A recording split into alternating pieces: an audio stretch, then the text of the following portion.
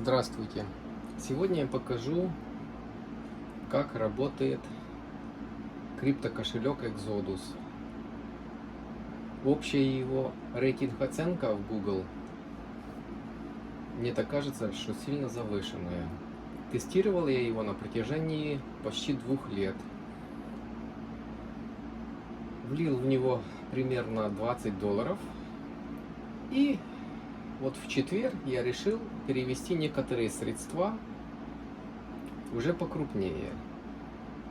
В четверг я перевел на сумму где-то $2500 вечером. Утром в 11 часов, я думаю, посмотрю. В 11 часов я открываю и увидел такую печальную картину, что мои деньги пропали. Причем делались транзакции на моем кошельке без моего уведомления. Мне никакие сообщения не приходили. Просто тупо делались транзакции и деньги исчезли. Я сразу связался с суппортом. Суппорт мне ответил, что они будут это расследовать, помогать, но никаких гарантий возвращения, конечно, у меня нету. Это выходит так: ты держи у меня деньги, а что с ними случится, это уже мне не касается. Главное, что ты заплатил. Ну и... еще посоветовали мне обратиться в ФБР. Хорошо. Теперь о другом. Сразу после этого я сменил пароль на Exodus. Значит, как я сменил на компьютере своем пароль, я после того взял свой телефон и думаю, зайду с телефона. С телефона по сей день ничего не просит, никакого ввода пароля. Это мне кажется странным. Это получается так, что если я зашел на свой, как будем говорить, я сменил здесь пароль, а с телефона могу пользоваться, значит, злоумышленники могут пользоваться очень длительное время. И вот теперь я продемонстрирую это видео, как он работает в действительности. Я изменил кошелек, изменил пароль на кошельке, зашел с своего компьютера, все нормально. Сейчас я захотел зайти с своего ноутбука. Я открываю ноутбук, ввожу номер, пароль, и получается, что оно мне высвечивает пароль недействительный. Я ввел 5 раз, думаю, что такое? Я вроде бы все хорошо ввожу, но недействительно. Думаю, ну попробую я старый пароль. Я когда-то учился на тестировщика, у меня есть некоторые такие навыки. И я, беру, ввожу старый пароль, и вуаля, он заходит. Это меня вообще убило. Как так? И вот я демонстрирую, каким кошельком не нужно пользоваться. Для всего я покажу, что это один экран. Если вы видите, мышка там ходит. Это ноутбук. Я подключил к этому экрану сейчас специально для видео. Увеличил, чтобы было видно. А этот, мышка, она специально для этого. Сейчас я зайду на этом компьютере, вбью новый пароль, который я вбил на нем.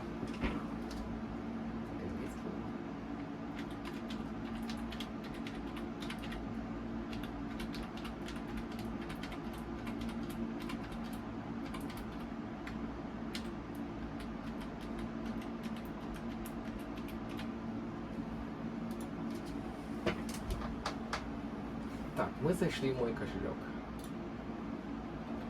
Так, сейчас я открою, постараюсь на этом зайти. Так, сначала я вбиваю новый пароль, чтобы вы видели, как он себя будет вести. Шрифт тот же.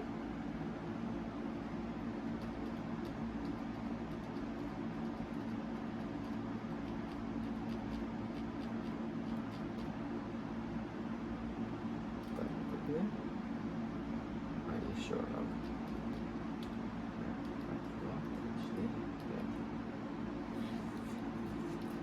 Так, есть. Как мы видим, пароль неверен. Теперь мы пробуем мой старый пароль.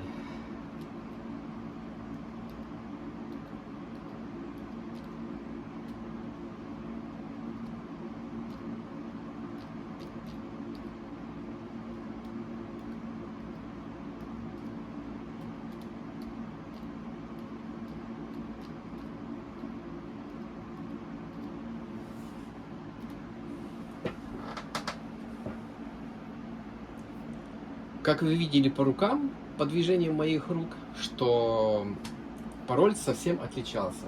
Для сравнения я сейчас выйду и покажу вам. Видите? Та же самая сумма, которая есть, та же самая валюта. Видите, Algo, ETH, Atom и биткоин. Как видим, все соответствует. Теперь заходим в историю.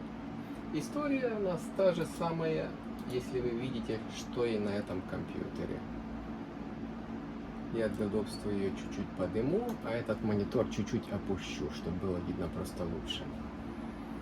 И вот эти транзакции 28 числа, вот как видите, 28 числа я ввел деньги, 26 ААВ.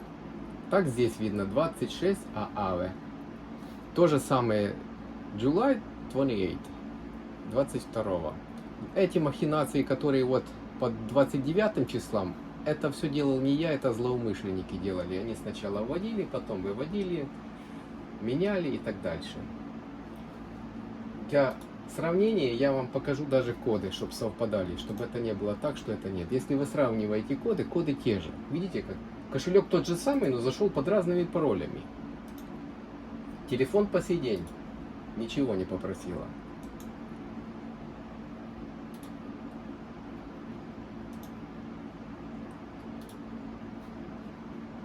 Так что пользуйтесь таким кошельком и делайте с этого вывод, какие кошельки можно брать, какие нет. Мой вам совет: берите такой кошелек, который имеет верификацию, чтобы он посылал вам текст перед выводом или подтверждение. Потому как в этом кошельке нету никакого подтверждения. Злоумышленники могли снять деньги. Я никогда еще с этого кошелька не снимал деньги. Но после выхода видео я все свои оставшиеся деньги, которые здесь остались, вот эти 19,69, я их обязательно сниму и больше этим кошельком пользоваться не буду, и другим не советую.